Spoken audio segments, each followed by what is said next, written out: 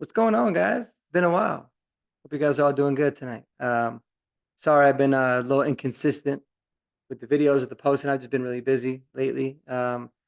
Work and family stuff, constant. So I didn't want to just put out BS content to put it out there. Sometimes you need a little bit of a break from some things. But I missed y'all, man. I miss making these videos. I've got my version of a Pat McAfee type of an outfit tonight. So we're keeping it super casual. It's a little bit later on this evening, but just wanted to kind of connect and give everybody a little recap. Get your thoughts on some of the moves that we've seen or lack thereof being made. But as we get closer and we creep a little bit closer to the NFL draft and to the uniform reveal, I think things are going to really start to ramp up really quickly.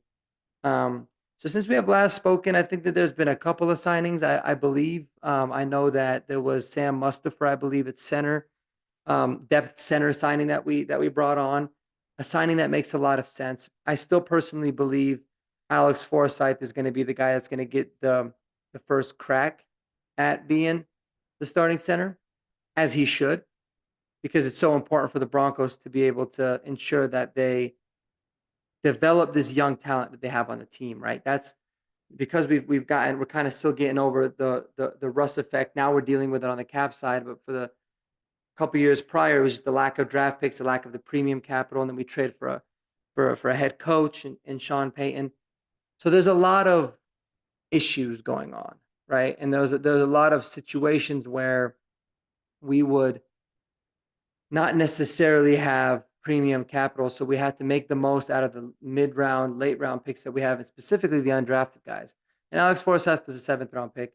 But there's some undrafted guys, Julian McLaughlin, that's making an impact, PJ Locke, some of those guys. So you need player development. You need this to happen.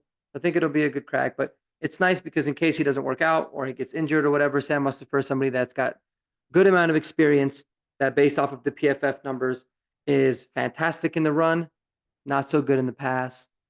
Things like that happen. But if you're going to get a rookie quarterback and you're going to pair him up with essentially a rookie center, there could be a huge learning curve there. We talked about this prior. And so maybe they feel comfortable rolling with a vet and giving another year to Alex Forsyth to be able to develop. Either way, it's all good. I think it's a solid signing.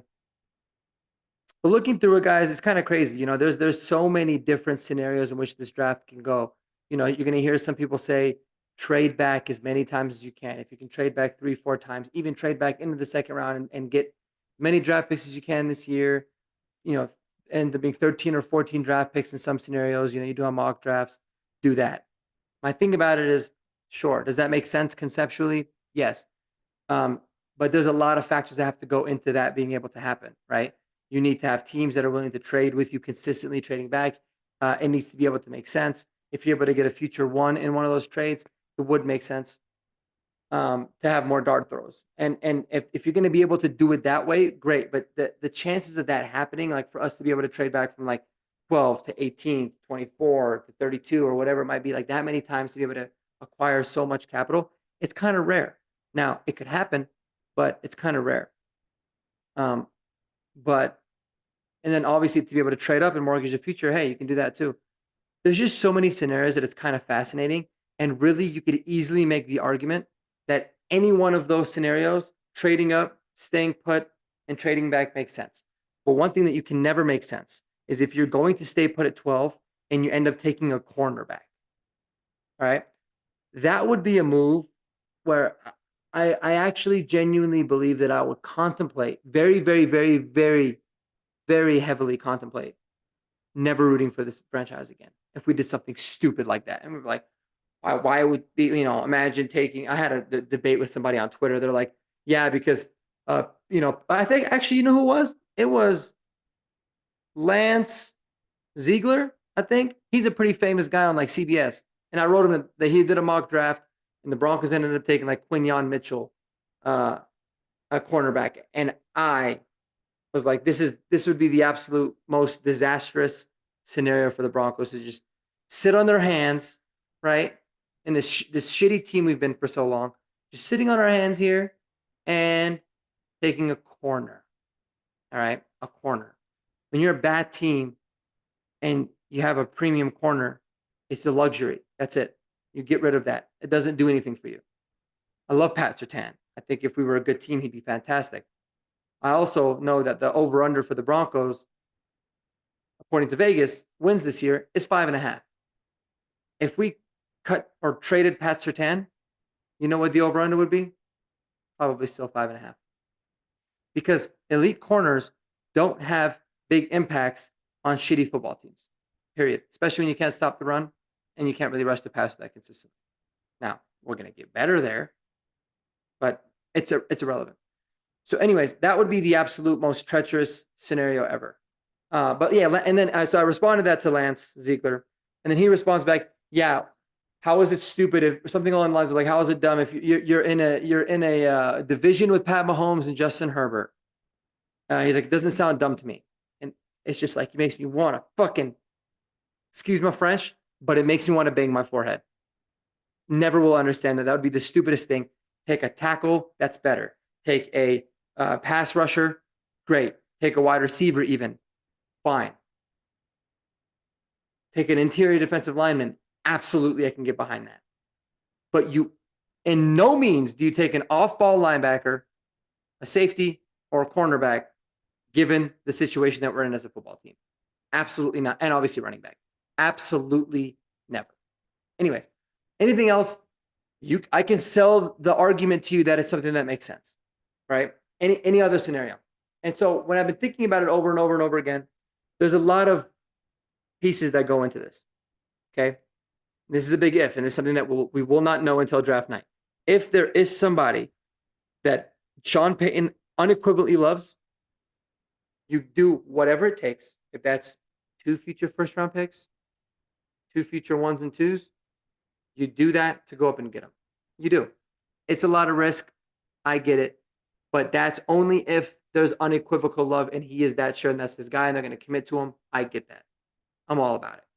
Now, is that guy in the draft? I don't think so, but obviously we'll find out.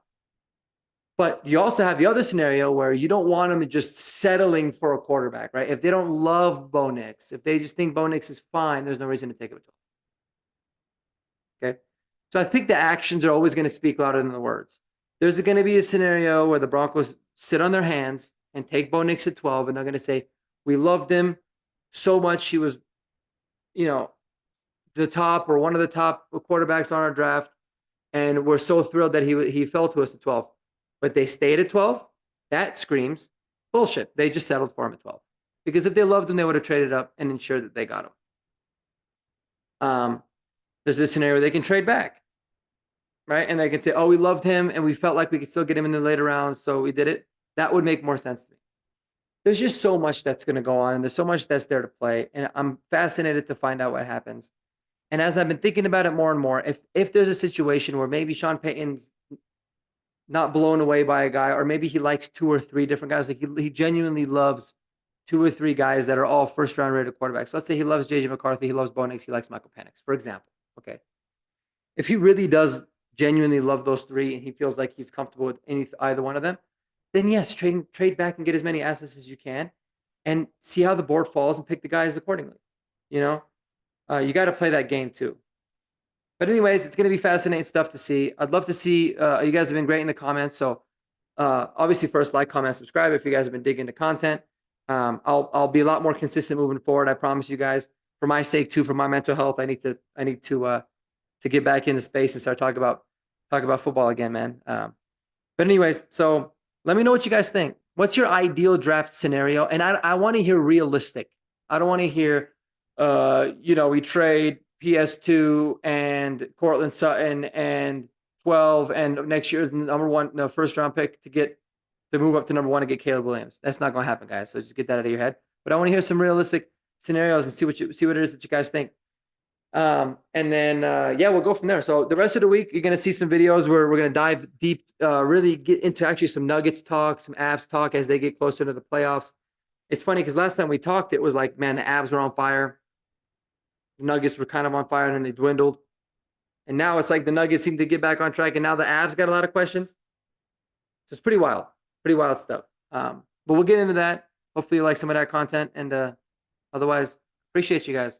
Thanks for rolling with me. Thanks for sticking with me through the little hiatus. Mile high salute to you all. And as always, peace out.